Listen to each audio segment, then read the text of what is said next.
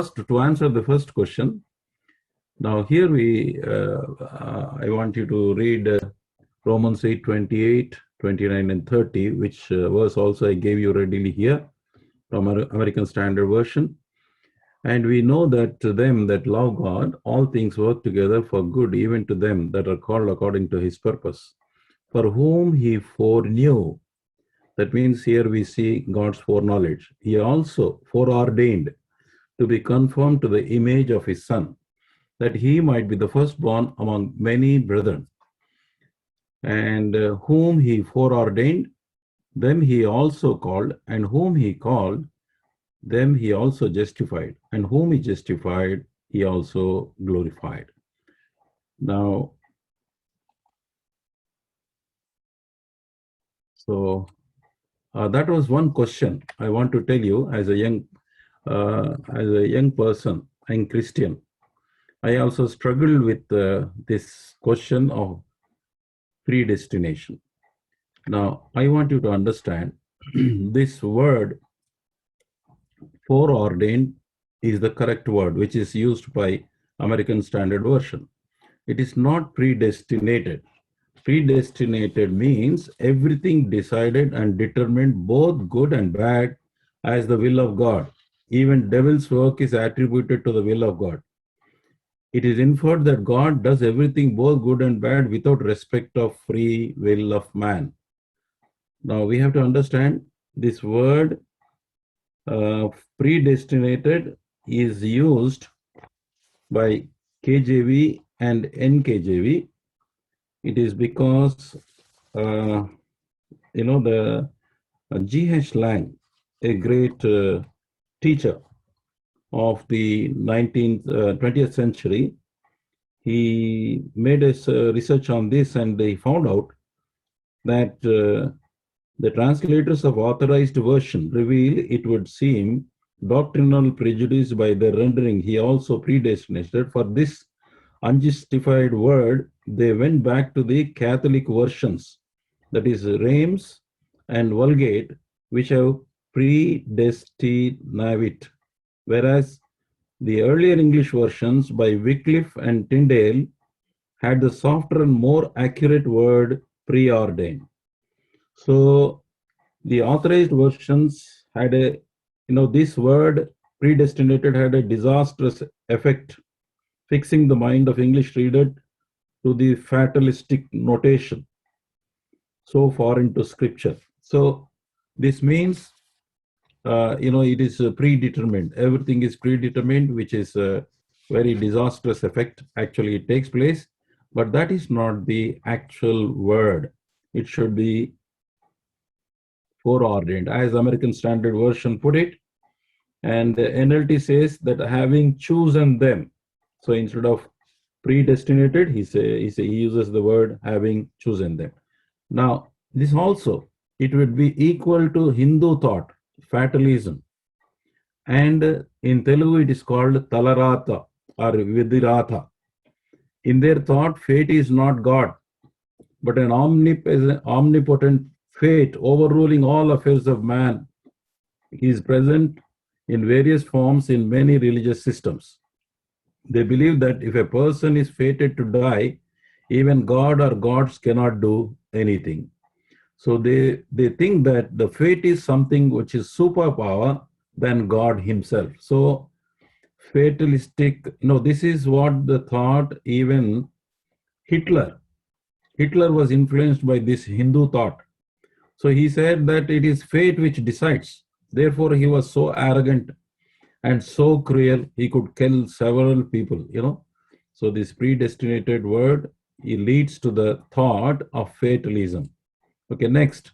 The predestinated, it would equal to Islamic thought called Kismet or Nasib. They believe that when they are involved in moral crime, they say, I could not help it, it is Kismet. Thus, moral judgment is annulled, nor have they fear of any judgment of God. Islamic fate, that is Nasib, is conceived as inexorable and transcending all the physical laws of the universe, almost equal to the Vidhirata of the Hindu thought. Now, Romans 8, Romans 8:28 to 30, it should be foreordained, as already explained actually just now, saying that the thought was taken from the Catholic versions by KJV people, but in fact the Wycliffe were earlier to that, and Tyndale, they have used the preordained or foreordained. Okay, now a thing may be foreordained without it being irreversible, for it may be ordained on conditions which not being fulfilled, the ordination lapses. So this foreordained is also conditional. The Lord has put certain conditions. As now, just now, the brother was saying that it is not the going to heaven alone. If you have eternal life, you'll go to heaven. But it is not that alone. But he is talking about our call is to the kingdom which is given to the Lord Jesus Christ in the next millennial kingdom. He wants us to be along with his son. That's what we have seen in the previous sessions. So God has called us to the kingdom, but for that kingdom, so God will choose from among the people who are saved. Now this foreordination is a thing which is connected. Now, our passage is speaking of those who are ordinating being conformed to the image of God's Son and glorified, not about salvation. This is very important distinction we should understand. Foreordination is unto the conformity to the image of his Son, to be glorified. The word image means external likeness to another object. He is the image of his Father. A king may pardon a criminal and so grant life, further life. But it does not follow, it is necessary that he shall bring this former rebel into the intimate public association with his son, splendor, onto the throne. It doesn't, it's not obligatory on God to bring all the people to the throne, as just now brother was saying. But in order to go to the throne, you have to live a victorious life. That's what the brother was mentioning.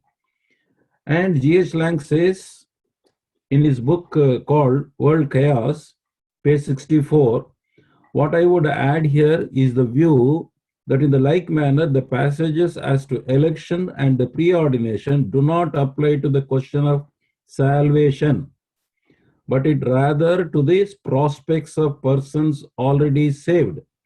Now, with regard to salvation, God has not preordained anybody to go to hellfire. That we'll see now. See, God's love. We know that God is love, and his love is universal, and he will render to every man according to his works. Romans 2:6. For there is no respect of persons with God. Romans 2:11. For God so loved the world that he gave his only begotten Son, that whosoever believeth on him should not perish but have eternal life. So God loves everyone equally. There is no distinction. He is not partial with somebody. So God never makes anybody to go to hellfire. He doesn't want anybody to go to hellfire. That is the desire of God. Now, what is the God's desire? That also we see from the word of God. Salvation is for all people. In Isaiah 45:22, he says, look unto me and be ye saved, all the ends of the earth, for I am God, and there is none else. Second Peter 3:9, the Lord is not slack concerning his promise, as some count slackness, but is long-suffering to you, not wishing that any should perish, but that all should come to repentance. See, God's desire is no one should perish. Yet, of course, he has given the free will. The times of ignorance, therefore, God overlooked. But now he commands men that they should all everywhere repent. God wants everybody to repent. Even so, it is not the will of your Father who is in heaven that one of these little ones should perish. Matthew 18:14. He doesn't want even one of these little should perish. See, that is the desire of God. Look at what Ezekiel chapter 18 verse 23. Can somebody help me in English, please? because I use Telugu Bible, so can somebody 1823, I will read it in Telugu in the meantime. దుష్టులు మరణమునందుట చేత నాకేమాత్రమైన సంతోషము కలుగునా, వారు తమ ప్రవర్తనను దిద్దుకొని బ్రతుకుటయే నాకు సంతోషం. ఇదే ప్రభువగు యెహోవా వాక్కు. 1823. Have I any pleasure at all that the wicked should die, said the Lord God, and not that he should return from his ways and live? So he doesn't desire. ఎవరికి దుష్టులు మరణం నందుట ఆయనకి ఏమాత్రం ఇష్టం లేదు. he doesn't want. మరణము అంటే ఈ యొక్క రెండవ మరణానికి వెళ్ళడానికి, అంటే he doesn't want them to go to hellfire. So now there is another thought. This is a thought goes back to very important famous doctrine called Calvinism. John Calvin was one of the great servants in the history of church, but yet based on one or two verses, they have drifted the whole theory, not having balance from the scripture. Now they say that Christ died for few only, those who are saved. Christ, but here in the Bible, we see that Christ died for all. His atonement is for all humanity, not partial, as some say it is only for pre-saved. Now, 1 Timothy chapter 2, verse 4 to 6, it says, who would have all men to be saved and come to the knowledge of the truth, for there is one God, one mediator also between God and man, himself man Christ Jesus, who gave himself a ransom for all. He died for all, not for few, as some people think. That's a wrong doctrine. The testimony to be born in its own times. Okay. John 1:29. While John the Baptist, he was showing, while the Lord Jesus Christ was coming, he told the people, behold, the Lamb of God that taketh away the sin of the world. World means all people, not few. 1 John chapter 2, verse 2. And he is the propitiation for our sins, and not for ours only, but also for the whole world. Now God loves all. He doesn't want anybody to perish. And his son, because he loves us, he sent his son, and he died, and he shed his blood. He became the atonement for all the world, for the entire world. Please remember, God is not partial. He loves all the people. And there is an opportunity for everyone that could be saved. Don't say that only few people can be saved, because God says, by misinterpreting this word, they think the salvation is for only few people, that whom God predetermined. No, please, that's a mistaken thing. He gave choice to receive the grace of God and come under the atonement of Christ and be saved. But he does not force anyone. Free will is not disturbed. He doesn't interfere with free will at all. The idea he gave the free will is that we should all enjoy the world, the nature, and everything he wants us to enjoy. So with our free will, so he doesn't interfere. Now in Deuteronomy chapter 30, verse 15 to 20, here we see the option in the beginning itself. Can somebody help me again in English, please? I will read the verse in Telugu. Deuteronomy chapter 30, verse 15 to 20. It's a long one, but anyway, it's important. చూడుము నేడు నేను జీవమును మేలును మరణమును కీడును నీ ఎదుట ఉంచి ఉన్నాను. నీవు బ్రతికి విస్తరించినట్లుగా నీ దేవుడైన యెహోవాను ప్రేమించి ఆయన మార్గంలో నుండి నడుచుకొని ఆయన ఆజ్ఞలను కట్టడలను విధులను ఆచరించమని నేడు నీకు ఆజ్ఞాపించున్నాను. అట్లు చేసినట్లుగా నీవు స్వాధీనపరుచుకొనబోవు ప్రవేశించు దేశములో నీ దేవుడైన యెహోవా నిన్ను ఆశీర్వదించును. అయితే నీ హృదయము తిరిగిపోయి నీవు విననల్లక ఈడబడిన వాడవై అన్ని దేవతలకు నమస్కరించి పూజించినట్లా మీరు నిశ్చయముగా రక్షించిపోదురు. స్వాధీనపరచుటకు యోర్దాను దాటబోచున్న దేశం మీరు అనేక దినములు ఉండరని నేను మీకు తెలియచున్నాను. Okay, verse 19.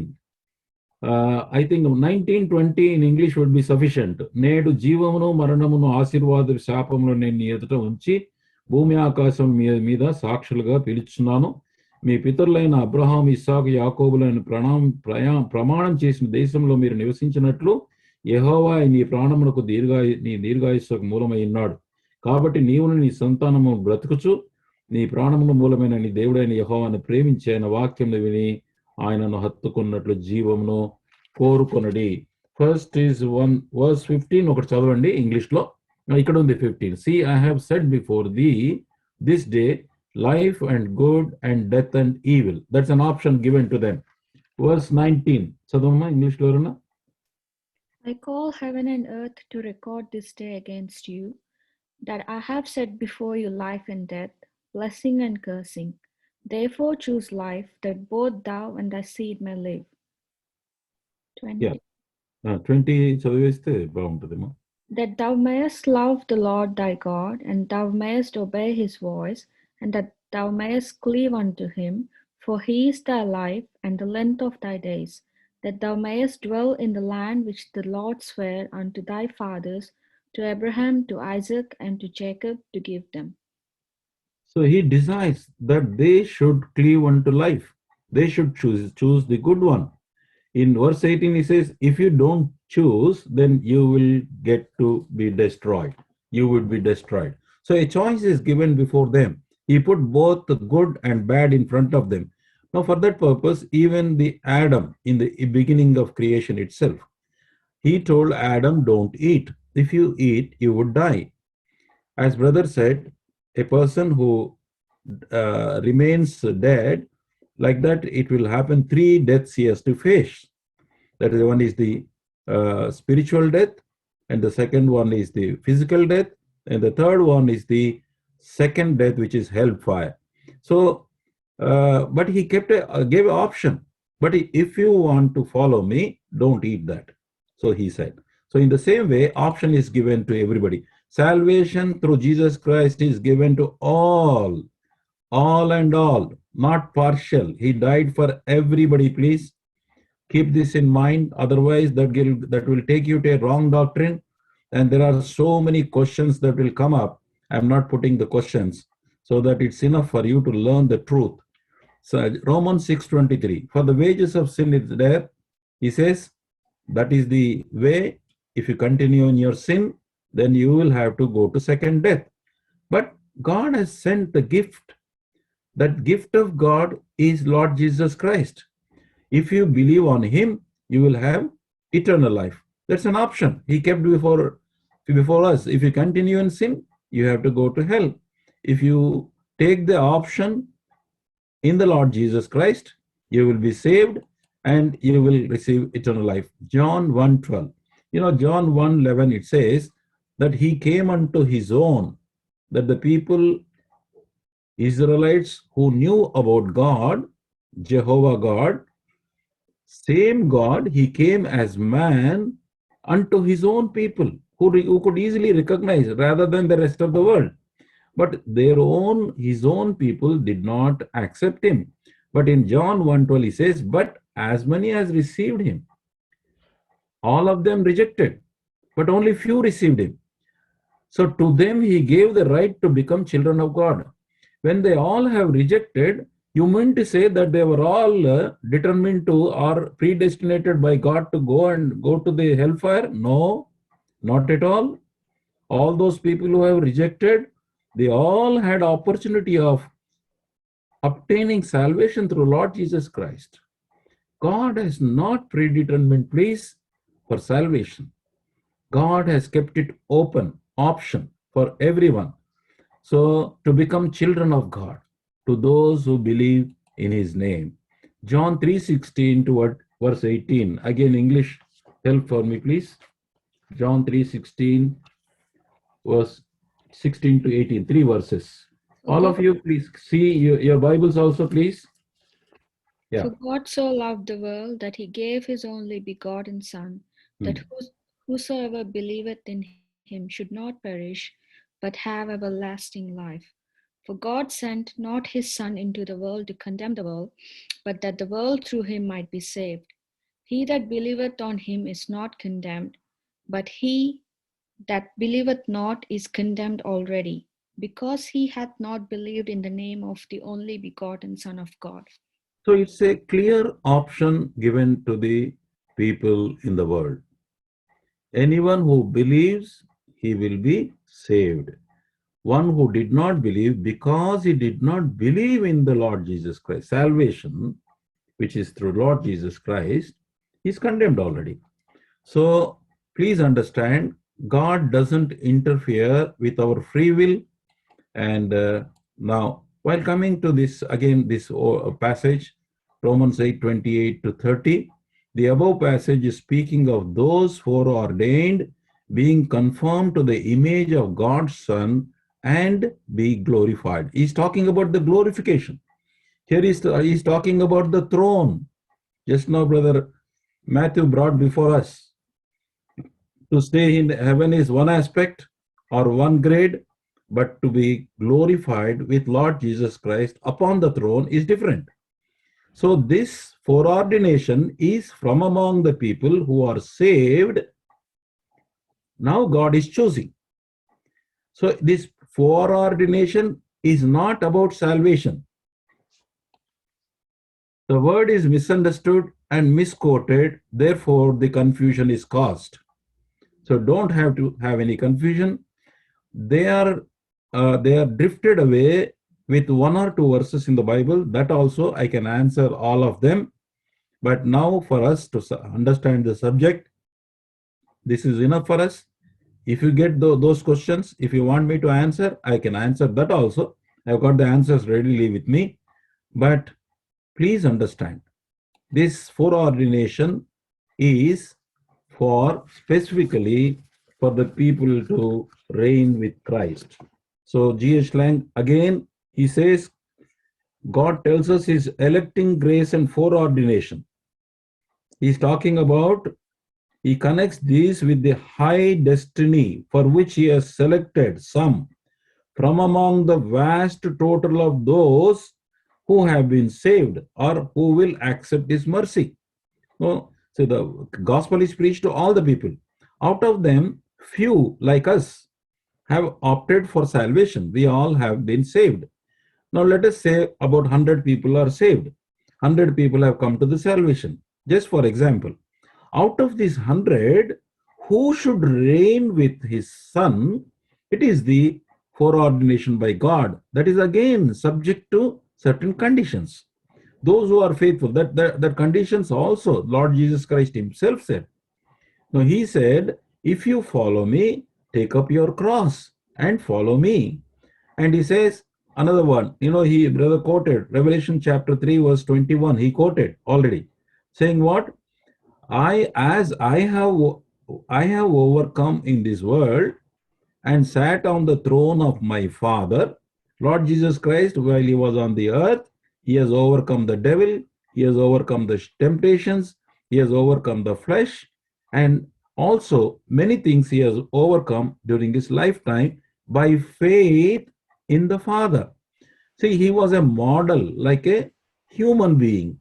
Though he is God, he left all his godly powers or kept them aside.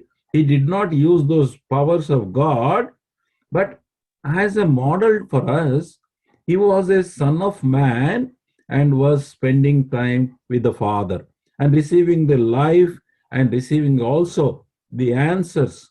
Or he was talking to Father.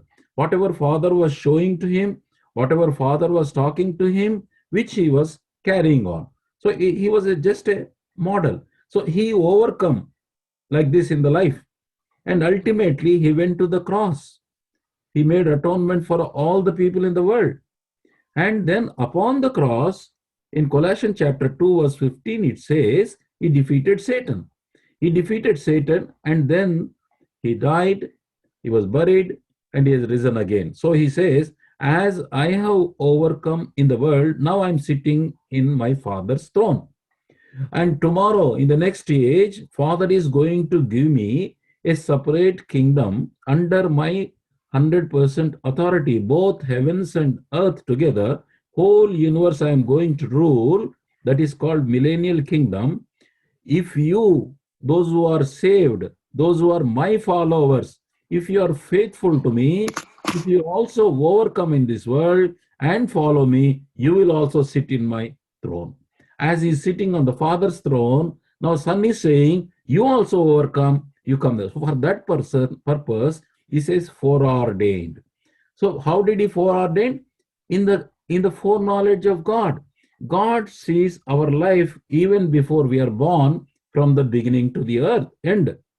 He saw my life when I was born in 1951, when I will die, till such time, what will happen in my life, how do I follow the Lord, whether I will backslide or whether I will be defeated or whether I will be double life, whether I will live a victorious life, everything God knows.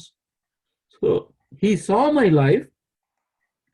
Based on that life, according to the standards, according to the measures, according to the will of God, he has foreordained for me something which I do not know. I will only come to know when I go there. So, like that, all of us, God has seen. He is for this foreordination is only whether I will be, whether I will be in charge of, 10 cities, whether I will be in charge of 3 cities, whether I will be in charge of 1 city, I don't know. Or I may not be also. Because the Lord says, for a good servant, he says in Luke chapter 19, he says, well done that good and faithful servant. You have been నువ్వు ఈ కొద్ది వాటిలో నమ్మకంగా ఉంటివి, you are faithful for this few, now I will make you the prince over 10 cities. You will be officer over 10 cities, he says. And the next person, he says, I will make you officer over 5 cities. Tomorrow we don't know.